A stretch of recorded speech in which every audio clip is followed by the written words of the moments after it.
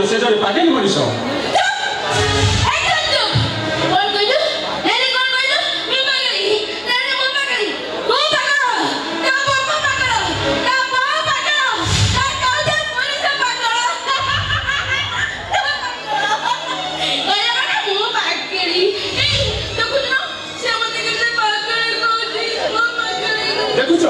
ଦେଖୁଛ ମୋହିନୀ ସେ କେମିତି ପାଗଳି କରୁଛି। ଆରେ ମୁଁ ସେଇଥିପାଇଁ ତମକୁ କହୁଥିଲି ଆଜି ଦିନ ପାଇଁ ମାଆକୁ ଆମେ ରୁମରେ ଲକ୍ କରି ରଖିଦେବା। ହେଲେ ମୋର କେହି ମୋ କଥା ଶୁଣିବେ ଇଏ ଯେମିତି ପାଗଳାମି କରୁଛି। ଆରେ ଯଦି କୌଣସି ଗେଷ୍ଟ ଜିନିଷ ନ କରେ ମୋହିନୀ ସମ୍ମାନଟା ମୋର ଯିବ। ଦେଖ ମୁଁ ସତ କହୁଛି ମୁଁ ସବୁ କିଛି ବୁଝୁଛି।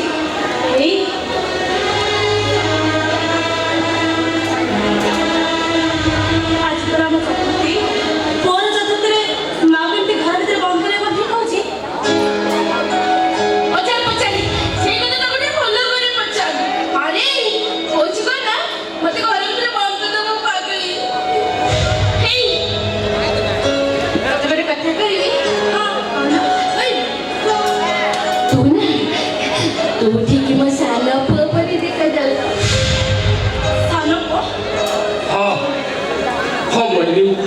ମୋର ଗୋଟେ ସାନ ଭାଇ ଥିଲା ମୁଁ ଶ୍ୟାମ ଆଉ ସେ ହରି।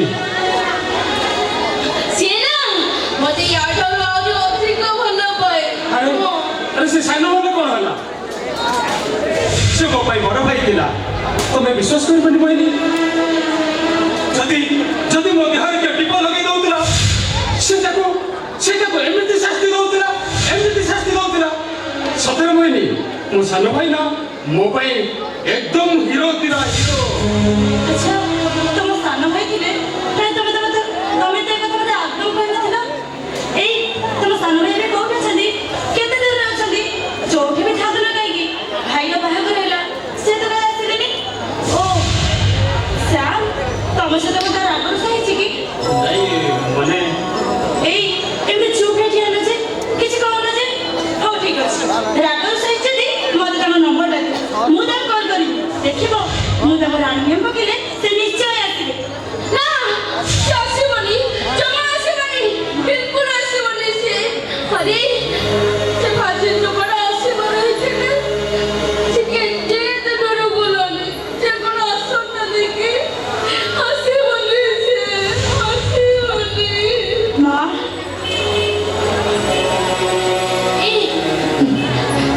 ଚାଲିଛି ସିଏ ମତେ ମା ଡାକେ ଆଉ ବେଳେବେଳେ ମୋ ନାଁ ଧରିକି ବି ଡାକେ। ବେଳେବେଳେ ମୋ କାନି ଧରି ମୋ ଚାରିପଟେ ଖେଳୁଥିବ ଆଉ ଯଦି କୌଣସି କାରଣ ମୁଁ ରାଗିଦେବି ସିଏ ମତେ କହେ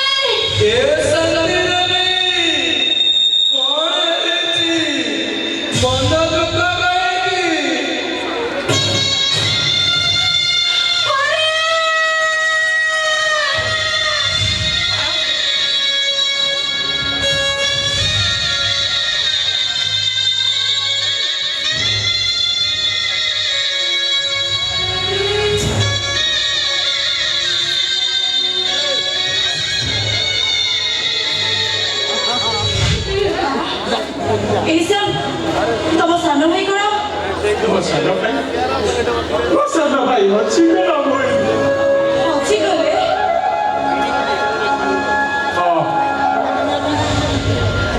କଥା ସେ ବହୁତ ରାଗିଥିଲା ବହୁତ ରାଗି କହୁଥିଲା। ଆଉ ଦିନେ ଆମ ଜମିଦାର ଉପରେ ହାତ ଉଠେଇଦେଲା ବୋଲି ସେ ଜମିଦାର ଆମ ଗଳା ନିଆଁ ଲଗେଇଦେଲା। ଏମିତିକି ମୋ ସାନ ଭାଇକୁ ଧରିବା ପାଇଁ ସେ ଗୁଣ୍ଡା ପଠେଇଥିଲା। ସେ ଗୁଣ୍ଡାମାନେ ଆମ ଘରକୁ ଆସୁଥିଲେ ଆଉ ଆମେ ଭୟରେ ସେଇ ଘରୁ ଦୌଡ଼ି ପଳେଇ ଆସିଲୁ। ଆଉ ସେ ଗୁଣ୍ଡାମାନେ ଆମ ପଛରେ ଦୌଡୁଥାନ୍ତି। ଆମେ ସେ ଗୁଣ୍ଡାମାନେ ଆଗେ ଦୌଡୁଥାଉ। ଆଉ ତାପରେ ମୋ ସାନ ଭାଇ କହିଲା ଭାଇ ତୁ ମାଆକୁ ନେଇ ଚାଲ ଯା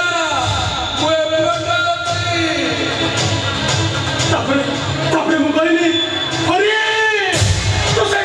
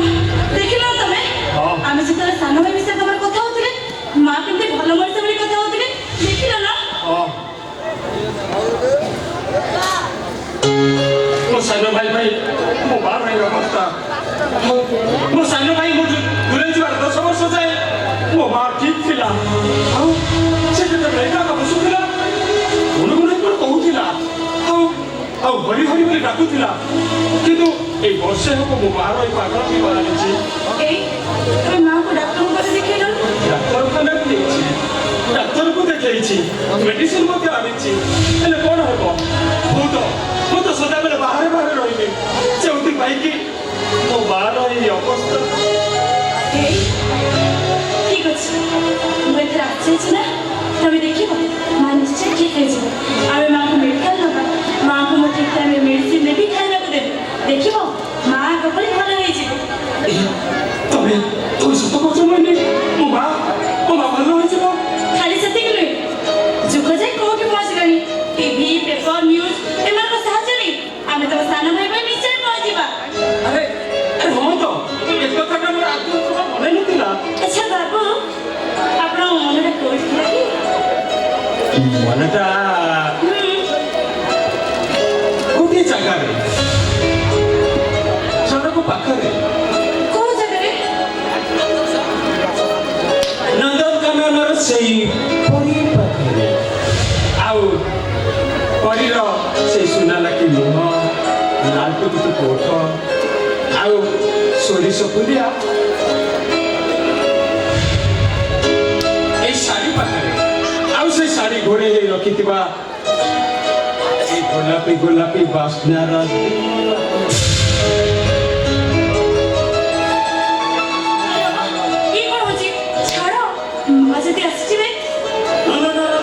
ସେ ଭୁଲଟା ମୁଁ ଜମା କରିବିନି ଏ ବଇନି ମୁଁ ସାଙ୍ଗେ ସାଙ୍ଗେ ଦୌଟା ନ କରିଦଉଛି ଆରେ ବାବା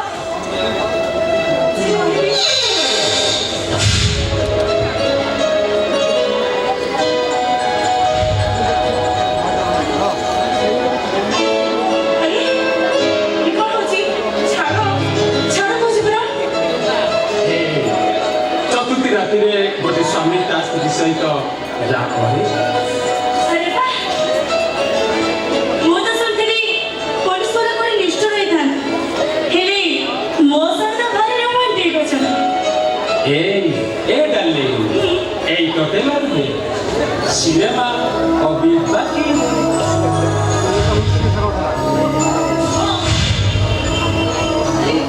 মা বসারে কো ডাকুଛନ୍ତି মা আরে মোহিনী থেকে শোনা মোহিনী প্লিজ মোহিনী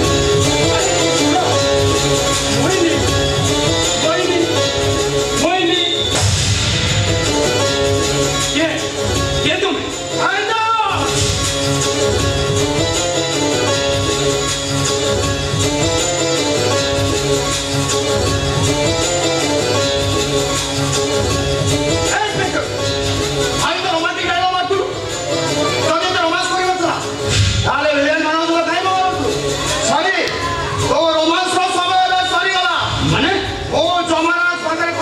तो डेट बॉडी नहीं पास सॉल देनी है आइंदा और कहूछु अरे अरे तो हमारे खबर में तो कमिटमेंट का तो भूल कहूछु ए इंस्पेक्टर अरे जा दुआ भाई छु श्री सहित शेष सेल्फी ले जो जाय काई कि ना से सुजोगे हाई दर तबे रबनी हैं माने तू एबे मरी मरे आराम जादा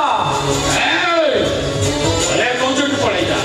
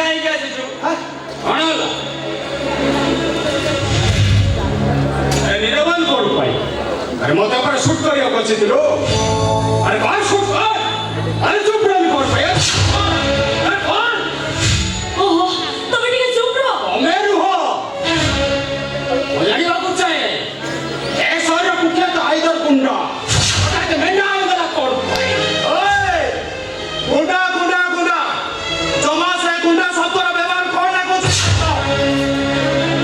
अरे सोला तू 40 थरा फोन करे तोर 4 जण नहीं गना ऑफिसर आसीबे हेले मोर कोटिया फोन रे ओ भैया 40 ऑफिसर मुंडा करबो मुंडा तू बेजा कहू तू बेजा हैं वो पचारुची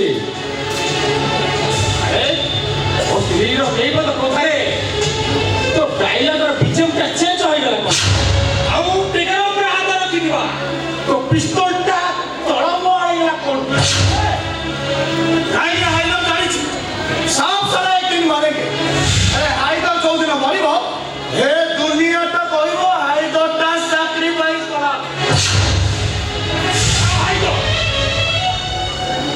वो जानी बात कुछ है से सैक्रिफाइस का वो स्त्री बाई नुए तो देखो तमे जहा भाबुछ कथा ठीक से नुहो वो ठीक कहूची सुनाओ अरे मते शूट करे बसिथिबा हाइदर गुंडा हठात एमिति एलियानोर हिरो होई गला कोन पास ओ बोलनी तुम्हें कौन हाइदर को आगुरु जानी थिला श्याम बाबू तू को सुनंतु सेटा गोटे गुंडा अरे तुम्हें रुह तुम्हें घर बंधु बंधु एक सीधा बंधु एक चर्चा आई जीव एटा होछ हम स्वामी स्त्री भीतर कथाबार्ता हो बोलनी तुम्हें कौन आगुरु हाइदर को जानी थिला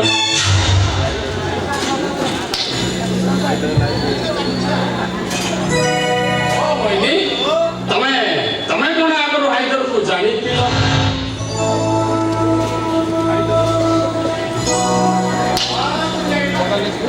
मुखरा पचारुची अरे कुआ तमें कौन आगुरु हाइदर को जानी थिला कि हो वेरी गुड सता करिथिबारु अशेष अशेष धन्यवाद अच्छा बोइनी से जानिबाटा केमिति माने मु माने से जानिबाटा केमितिका ए जेमिति गोटे लोक आ गोटे लोक को भल भाबरे जाने किंतु गोटे अविवाहित जे आ गोटे पुओ को बहुत भल भाबरे जाने मो जानिबा से जानिबा भितर जानतरे हो कि अजानतरे हो अजानतरे अजाना घटना घटिता है एमिति कि बंधुत्व प्रेम भल पाइब तमने तमे जहा भाबुछ से नुहो मो जानिबा को चाहे तम संपर्कटा केमिति थिला ए देखो स्त्री मानकु जो स्वामी माने संदेह करती से सरा गुडा को कापुरुष कुआ जाए जाने हाइदर को सब किसी जाने कथा कौन कि आज कालिका डेट रे लव मैरिज कले निज प्रेमिका को बाहा हबो अरेंज मैरिज कले गोटे एक्स गर्लफ्रेंड बाहा बसकु सहित समान आओ जानिबा को चाहे मो स्त्री आउगार एक्स गर्लफ्रेंड नुहे मो स्त्री मो सहित चतुर्थी करबा पूर्वरु आउ का ओए रूम रे बियर बोतल खोलिनी तो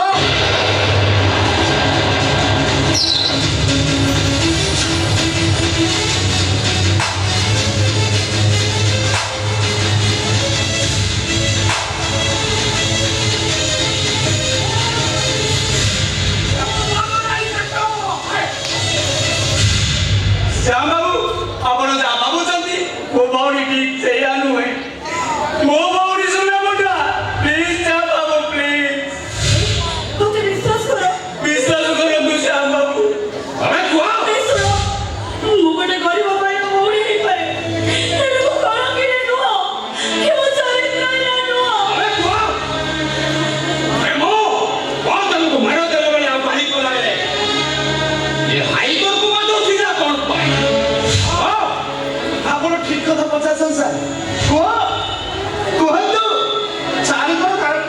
ବୈଜ୍ଞାନିକ କାରଣ ଦର୍ଶାଅ।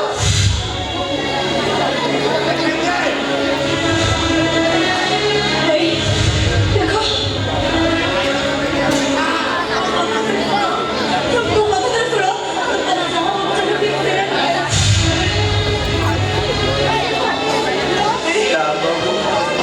ଆଜି ପରା ତମ ଚତୁର୍ଥୀ। ଜାଣେ ବନ୍ଧୁ ମୁଁ ଭଲ ଭାବରେ ଜାଣେ ଆଜି ହଉଛି ମୋର ଚତୁର୍ଥୀ। ହେଲେ ଚତୁର୍ଥୀ କି ସହିତ କରାଯାଏ, ହେଲେ ଏମିତିକା ସ୍ତ୍ରୀ ସହିତ ନୁହେଁ। ମୁଁ କଣ ତମ ସ୍ତ୍ରୀ? କଣ କହିଲ? ସ୍ତ୍ରୀ ସ୍ତ୍ରୀ ତାକୁ କୁହାଯାଏ କିନ୍ତୁ ତମକୁ ଏଇ ଶୁଣ ମୋ କଥା ବିଶ୍ୱାସ କର ହଳଦୀରେ ନୁହେଁ ଚରିତ୍ରରେ ନୁହେଁ କହିଲି ସେ ପ୍ରମାଣଟା ମୁଁ ଠିକ ସେ ଖୋଜି ଆଉ ଯଦି ସେ ପ୍ରମାଣଟା ସନ୍ଦେହ ହୋଇଥାଏ ତାହେଲେ ତ ଭଲ କଥା। ଆମ ସଂସାର ଗାଡ଼ିଟା ଆଗକୁ ଗଡ଼ିବ ନା ସେଇଠି ରହିବ। ଏଇ ମୋ କଥା ଟିକେ ଶୁଣ ମୋ କଥା ଟିକେ ଶୁଣ ଶୁଣନ୍ତୁ ଶ୍ୟାମ ବାବୁ, ମୋ କଥା ଟିକେ ଶୁଣନ୍ତୁ। ଅମାନ ପାଇସାରିବ ପରେ ଆସୁଛି।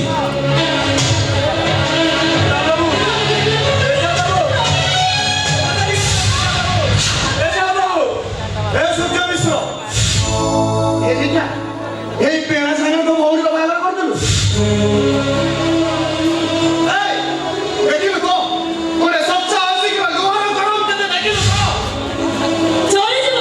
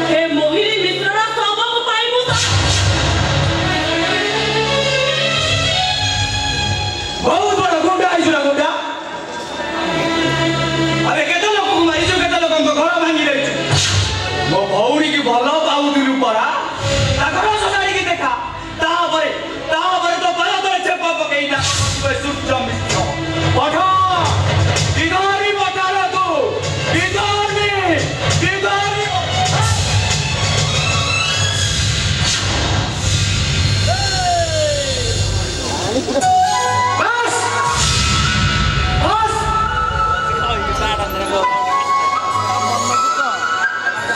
ସେ ଇନ୍ସପେକ୍ଟର ମାନଙ୍କୁ ଯାହା ସେ ସେଇ କପି ଦେଇଦେବ ଆଉ ମୋ ମହିଳି ସେ ବି ମୋ କଥା ବୁଝିଲା ତା ମନକୁ ଯାହା ଆସିଲା ସେ ବି ମୋତେ ଶୁଣେଇ ଦେଇଗଲା ଆଉ ସତରେ ଏ ଶଳା ବାଙ୍ଗୁରା ସେ ରହିଥିଲା ତା ମନକୁ ଯାହା ଆସିଲା ସେ ବି ଗଣି ଦେଇଗଲା ହେଲେ ଶୁଣ ଆଜି ତମେ ସମସ୍ତେ କହିଲ ଏ ଆଇ କରୁଛ ହେଲେ ୟା ପରକୁ ଏ ଆଇ ତ କହିବ ତମେ ମାନେ ଶୁଣିବ ସେ ନିରବଧି କେବଳ ଏଇଥିପାଇଁ ଯେ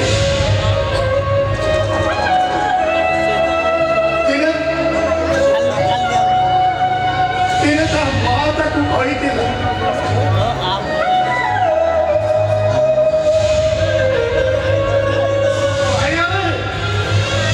ଜୀବନରେ ସବୁ କରିବୁ ହେଲେ କେବେ କାହାର ମନ ମାଗିବୁନି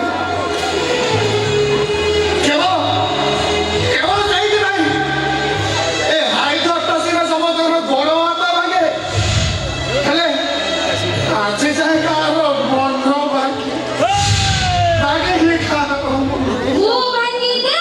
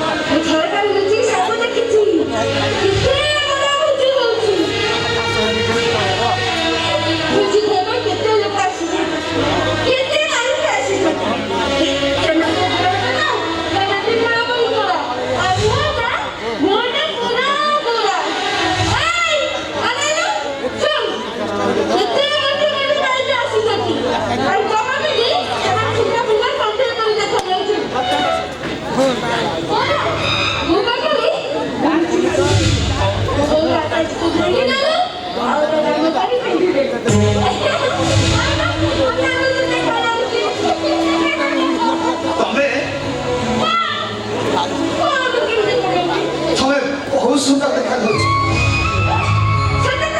ହଁ ଯୋଉ ଆଲାକାସନ ଖାଉଛି ତମେ ଠିକ ମୋ ମା ପରି ଦେଖାଯାଉଛି